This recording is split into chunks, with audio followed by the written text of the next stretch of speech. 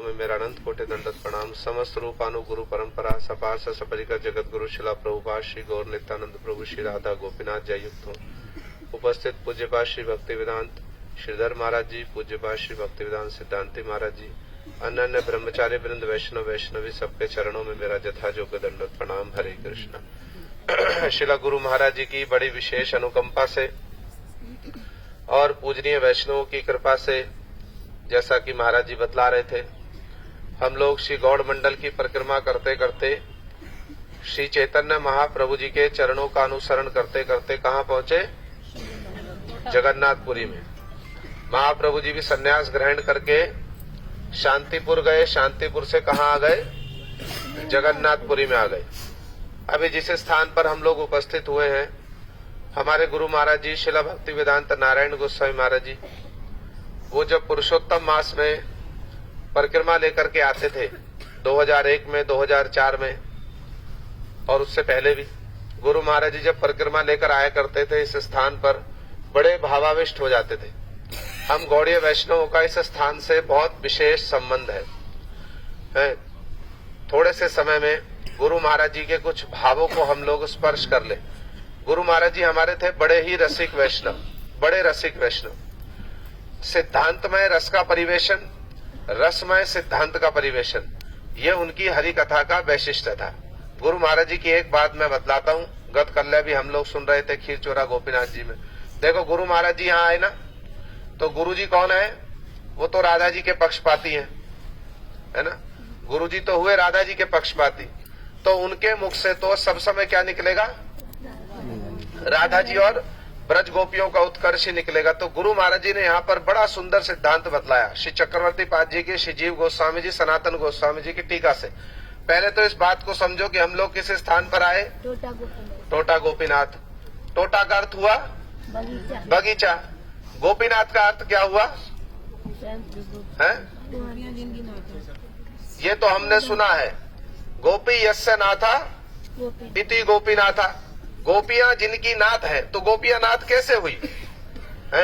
यदि ये पूछ ले कि भैया गोपियां कैसे हुई नाथ कृष्ण की है? तो इसका उत्तर क्या है? हमारे गुरु महाराज जी बड़ा सुंदर, बड़ा रसिक उत्तर देते हैं। गुरु महाराज जी कहते हैं, कृष्ण ने, समझना बात को बड़े ध्यान से, कृष्ण ने रास करने के लिए बंशी वादन किया, सारी गोपियां उपस्थित हो गई। सुखदेव गोस्वामी जी क्या कह रहे हैं?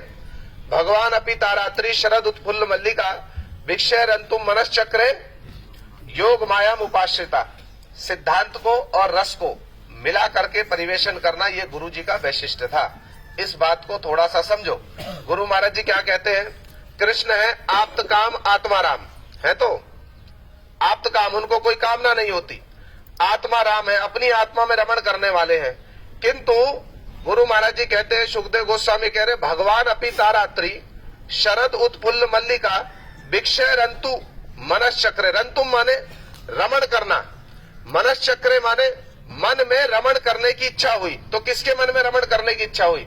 ब्रज गोपियों के मन में ना कृष्ण के मन में? तो कृष्ण कहाँ आप्त काम आत्मा राम रह गए? रह गए। इसमें महिमा किसकी है? कृष्ण की है ना ब्रज गोपियों की है?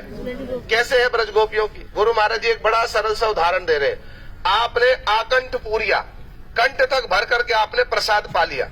अब जल ग्रहण करने का भी स्थान नहीं है पेट में, किंतु किसी ने इतनी सुगंधित रसोई बनाई, इतनी सुगंधित रसोई कि उसकी सुगंध जब नाक में जा रही है तो आपके मन में थोड़ी थोड़ी लालसा उत्पन्न हो रही है, अरे भाई क्या रसोई बनाई। पेट तो पूरा भर गया, किंतु मन में क्या लालसा हो रही है? भाई क्या रसोई बनाई, सुगंध बड़ी अच्छी है। और जब वो व्यंजन सामने आया तो आपकी इच्छा क्या हुई? थोड़ा सा इसको चक्कर के भी देख लो, यद्यपि आपका पेट पूरा भरा है किंतु फिर भी इच्छा हुई कि नहीं हुई? तो इच्छा महिमा खाने वाले की हुई ना बनाने वाले की? तो कृष्ण है आप्त काम आत्मा राम। किंतु ब्रज गोपियों का प्रेम, ब्रज गोपियों में भी राधा जी का प्रेम, क्योंकि गोपीनाथ है, एक वचन है, गोपीनाथ है तो सारी गोपियों के नाथ। किंतु हम कौन सी गोपी के नाथ के रूप में दर्शन करेंगे? राधा जी, एक वचन है ना गोपीनाथ। महिमा किसकी है? कृष्ण आप्त काम आत्मा राम है।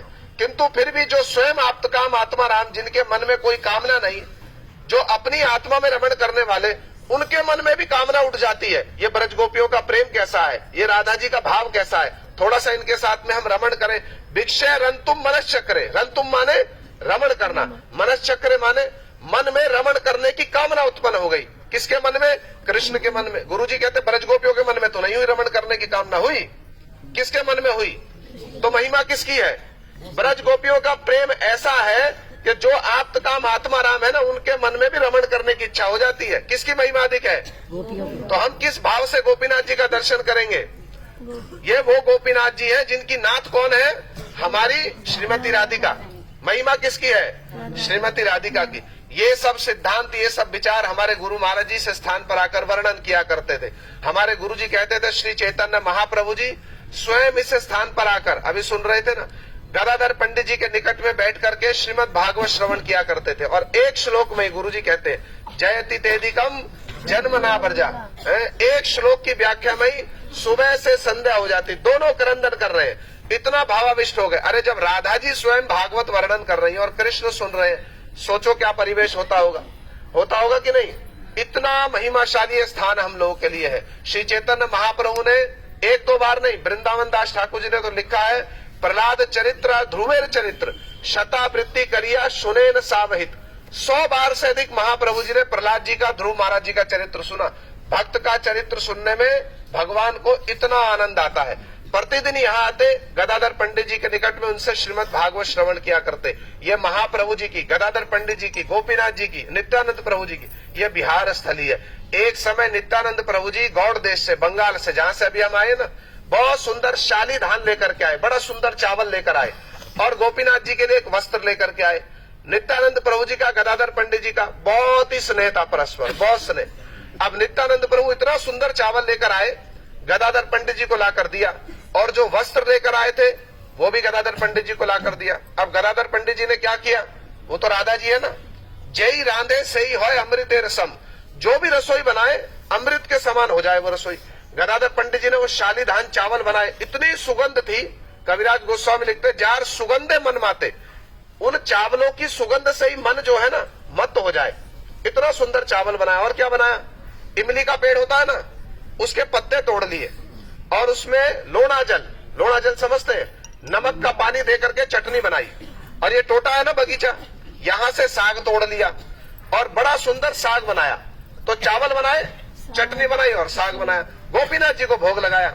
और दोनों नित्यानंद प्रभु और गदाधर पंडित जी प्रसाद पाने के लिए बैठने वाले। इतने में महाप्रभु जी बिना निमंत्रण के हरे कृष्ण कहते हुए यहाँ पर उपस्थित हो गए और हंसते हुए गदाधर पंडित जी से कहते हैं, अरे गदाधर, एक तो नित्यानंद प्रभु के द्वारा लाया हुआ चावल, ऊपर से तुम्हारी बनाई हुई रसोई, उसके भी ऊपर से गोपीनाथ जी का भोग लगा, इसमें मेरा भाग नहीं होगा?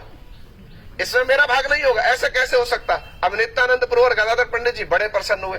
फिर महाप्रभु जी के लिए भी एक पत्थर लगाया, तीनों प्रभुओं ने बैठकर प्रसाद पाया। महाप्रभु जी प्रसाद पा रहे और गदाधर पंडित जी के व्यंजनों की, उनकी रसोई की बड़ी प्रशंसा कर रहे। अरे इमली के पत्तों से ऐसी चटनी बना दी, बगीचे का साग इतना सुंदर बना दिया, आमी तो अहमद कबू नहीं खाई साग। महाप्रभु कह रहे, अरे मैंने ऐसा साग कभी खाया ही नहीं आज तक, इतना प्रेम से बनाया, इतना मधुर बनाया, और गोपीनाथ जी का भोग, इसमें तो हमारा भाग है।